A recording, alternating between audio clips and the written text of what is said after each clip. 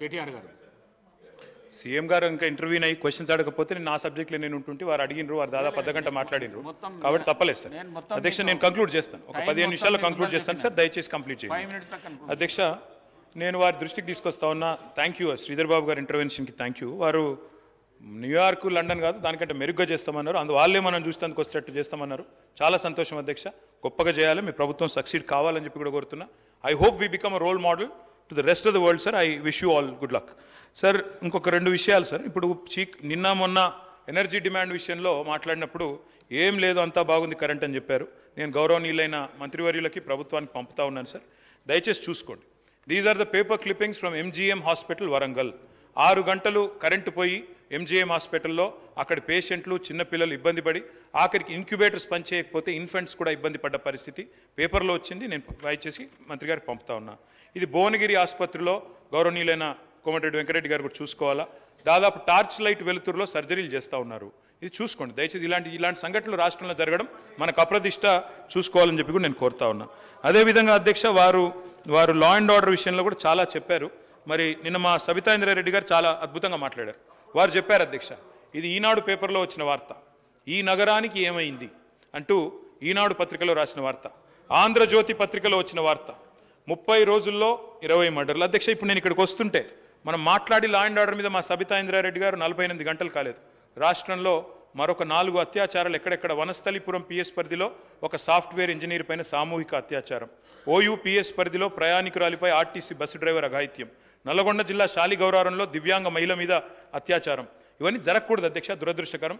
All I'm saying is please review law and order. I'm sending these to the honourable minister and honourable chief minister sir. Sir ఇంకొక మాట చెప్పాలి sir. మీరు ఆనాడు ప్రతిపక్షంలో ఉన్నప్పుడు గౌరవనీయులు డిప్యూటీ సీఎం గారు ఎల్ఆర్ఎస్ విషయంలో చాలా స్పష్టంగా మమ్మల్ని డిమాండ్ చేశారు. ఉత్తమ్ కుమార్ రెడ్డి గారు ఆనాడు పీసీసీ ప్రెసిడెంట్, ఆయన అన్నారు అధ్యక్ష నో ఎల్ఆర్ఎస్ నో టీఆర్ఎస్ అన్నారు. ఎల్ఆర్ఎస్ కాంగ్రెస్ అధికారంలోకి రాగానే ఉచితంగా చేస్తామని చెప్పి డిప్యూటీ సీఎం గారు చెప్పారు. గౌరవ ముఖ్యమంత్రి గారు స్పందించాలి దీని మీద. రాష్ట్రంలోని 25 లక్షల మంది ఎల్ఆర్ఎస్ అప్లికెంట్స్ ఎవరైతే ఉన్నారో వారందరి తరపున ప్రధాన ప్రతిపక్షంగా మీరు ఇచ్చిన మాట నేను గుర్తు చేస్తా ఉన్నా. దయచేసి ఎల్ఆర్ఎస్ను ఫ్రీగా చేయాలని చెప్పి కోరుతా ఉన్నా. నేను ముఖ్యమంత్రి గారు ఇండస్ట్రీస్ మినిస్టర్ గారు రేపు దావోస్ టూర్కి పోతున్నారని చెప్పి విన్నాను. వారికి I wish them the very best. కానీ don't be misled by some people. Sir I will tell you దావోస్లో ఏం జరిగిందో ఒకసారి చెప్తాను నేను, మీరు వినండి దయచేసి. విని please correct yourself. I request the industries minister to kindly make sure this does not repeat. Davos में आप गए, कल हमारे अकबर साहब भी बहुत तारीफ कर रहे थे कि 40,000 करोड़ का रकम आप लाए, बहुत बड़ी बात है, बहुत अच्छी तरह से इसको आप प्रेजेंट नहीं करे, इसमें भी बोलना था आपको, कहीं को नहीं बोले बोल के बहुत गुस्सा भी करे आप पे. मैं आपसे कहना चाहता हूं साहब, मैं श्रीधर बाबू साहब से कहना चाहता हूं, your officers have misled you. I'm sorry to say this, but unfortunately the 40,000 crores that you have announced, your officers have misled you sir. 8,000 crores of investment has come from a company called Godi India. A gentleman named Mahesh Godi అనే వ్యక్తి, west గోదావరికి సంబంధించిన ఒక వ్యక్తి, ఆయన పెట్టిన గోడి India అనే company 8,000 కోట్ల పెట్టుబడి పెడుతుందని చెప్పి మీ పెట్టుబడిలో 40,000 కోట్లలో ఇది కూడా ప్రకటించారు. గోడి ఇండియా కథ ఏంటంటే అధ్యక్ష మీరు తెలుసుకోండి, మంత్రి గారు వివరణ ఇచ్చేటప్పుడు ఇవ్వచ్చు. గోడి ఇండియా అనే కంపెనీ ఈరోజు వారి మొత్తం పేడప్ క్యాపిటలే 1,70,00,000. ఆ తర్వాత 31% షేర్లు ఒక 50 కోట్లకు విక్రయించారు. మరి మొత్తం ఈరోజు చూస్తే వాళ్ళ యాన్యువల్ రిపోర్ట్ చూస్తే అధ్యక్ష 27 లక్షల లాస్లో ఉంది ఆ కంపెనీ. 27 లక్షల లాస్లో ఉన్న కంపెనీ, 1.7 కరోడ్ పేడప్ క్యాపిటల్ ఉన్న కంపెనీ 8,000 కోట్ల పెట్టుబడి పెడుతుందని చెప్పి మీరు ఒప్పందం కుదుర్చుకొని అది 40,000 కోట్లు అని చెప్పి ఉదరగొడితే ఇది ఏ రకంగా కరెక్టు? దయచేసి ఆలోచించండి. I'm not blaming the government. మీరు అప్పుడే కొత్తగా వచ్చారు, డిసెంబర్లో మీ గవర్నమెంట్ వచ్చింది, జనవరిలో దావోస్ పోయారు. You are misled by your officers. Kindly make sure this does not happen again.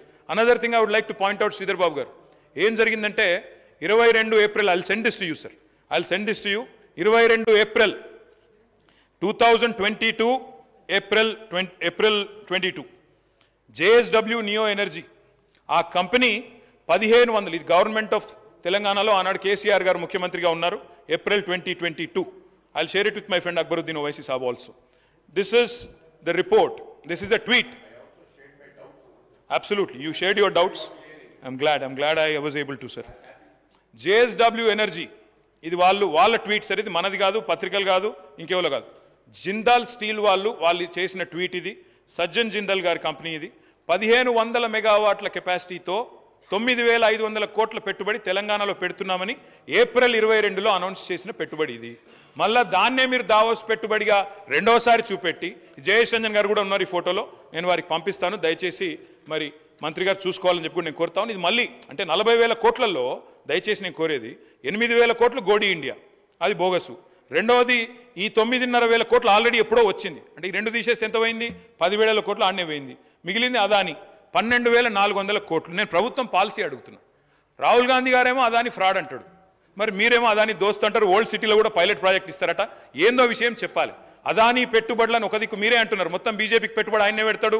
Double engine అంటే ప్రధాని అదాని అని ముఖ్యమంత్రి గారు మాట్లాడతారు, మళ్ళీ అదానికేమో రెడ్ కార్పెట్ వేసి వెల్కమ్ చెప్తున్నారు. ఇది ఎక్కడి నీతి, ఎక్కడి న్యాయం చెప్పాలా, వారే చెప్పాలా?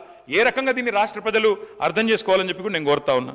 అధ్యక్ష, నేను ఇంకొక మాట కూడా కోరుతా ఉన్నా అధ్యక్ష. రాష్ట్రంలో మీరు ఏదైతే ఫ్రీ బస్ పథకం పెట్టారో we welcome it, of course we welcome it. చాలా మంచి పని, బ్రహ్మాండంగా చేయండి, ఇంకా పెంచండి బస్సుల సంఖ్య. తప్పకుండా మహిళలు తిరగాల చక్కగా. అందులో ఇంకా బస్సుల సంఖ్య పెంచినట్టయితే కొట్లాటలు కూడా కావు.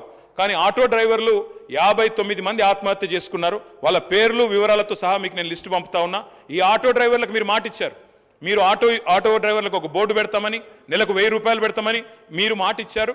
దయచేసి ఆర్టీసీ బస్సులో మహిళలకు సంబంధించి సార్ ఒక్కొక్క మీ ద్వారా ఆర్టీసీ బస్సులో మహిళల ప్రయాణానికి సంబంధించి వాళ్ళ పార్టీ పక్షాన నేను లేకపోతే మీ ద్వారా విచారణకు పోలీసు అధికారులను ఆదేశించండి.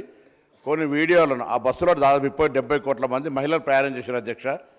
కొంత మహిళలు బస్సులు అటుగానే ఎల్లిపాయలు తీసుకొని పోతుర్రని, లేకపోతే అటుగా బ్రష్ చేసుకొని పోతున్నారు, ఏదో పని లేక ఊరికేనే అటుగానే తిరుగుతారనే వీడియోలు వాళ్ళ పార్టీ లేదా వాళ్ళకు సంబంధించిన సోషల్ మీడియా ద్వారా వస్తామని వాటి మీద నేను విచారణ చేయమంటున్నా. నాకు ఇప్పుడు హుజురాబాద్ నుంచి జమ్మిగుంట పోతుంటే బస్సులు అటుగానే ఎల్లిపాయలు తీసుకుంటూ పోతున్నాను వీడియోలో. నేను ఎవరు చేసినా వాళ్ళు చేయకపోతే ఊరికే దొంగ అంటే మీరెందుకు భుజాలు జరుపుకుంటా ఉన్నారు?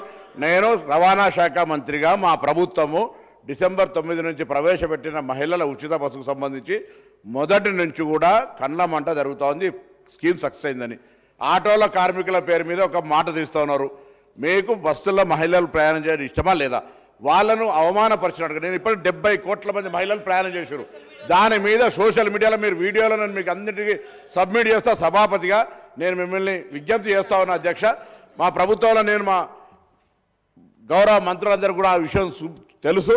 నేను అధికారులను కూడా ఈ వేదిక ద్వారా కోరుతా ఉన్నా, ఎవరెవరైతే మహిళలను అవమానపరిచే విధంగా సామూహికంగా బస్ ప్రయాణం చేసిన 70 కోట్ల మంది ఇది ఏం పనిలోకి ఎల్లిపాయలు తీసుకోవడానికో బ్రష్ చేసుకోవడానికో వాటికి ఎడిపోతున్నా అంటే అట్లా ప్రయాణం చేస్తున్నా అనే విధంగా అవహేళన వీడియోల మీద చర్యలు తీసుకోవాలి. అదేవిధంగా మళ్ళీ టీఆర్ఎస్ పార్టీ స్టాండ్ అడుగుతున్న ఆటో కార్మికులకు సంబంధించి సూచన చేయండి. దానికి దీన్ని లెంక చేయకండి. మీరు మెట్రో తెచ్చినామన్నప్పుడు మేమందరం మెట్రోలో 5 లక్షల మంది ప్రయాణికులు అయిపోయి దాని ఇంపాక్ట్ ఆటోల మీద లేదా? ఊబరు ఓలా నచ్చినది లేదా? ఇలా ఒక పరిణామం జరిగినప్పుడు ఇంకో పరిణామం మీద ప్రభావం పడితే ఆ పరిణామాన్ని ఏ విధంగా రిజాల్వ్ చేయడానికి సూచన చేయాలి తప్ప మహిళల మీద ఏదైతే కళ్ళమంట జరుగుతూ ఉందో, ప్రయాణం ఉచితంగా ఇచ్చినటువంటి కార్యక్రమం సక్సెస్ అయిందో, వాళ్ళకు సాధికారికత వస్తుందో దాని మీద ఊరికే ఏడవద్దు. నేను దయచేసి మీ ద్వారా ఒకటే కోరుతా ఉన్నా, వాళ్ళ మీద వచ్చిన అవహేళన వీడియోలు ఎవరు సృష్టిస్తే వాళ్ళు నిజంగా ప్రయాణం చేసే వాళ్ళు అటువంటి వీడియోలు తీసి పెడితే పర్లే, కావలసుకొని అటువంటి షూటింగ్ చేయించి పెట్టిన వాళ్ళ మీద తీరే తీసుకునే విధంగా గౌరవ సభాపతికి ఆదేశించమని ఈ సందర్భంగా విజ్ఞప్తి చేస్తున్నాను.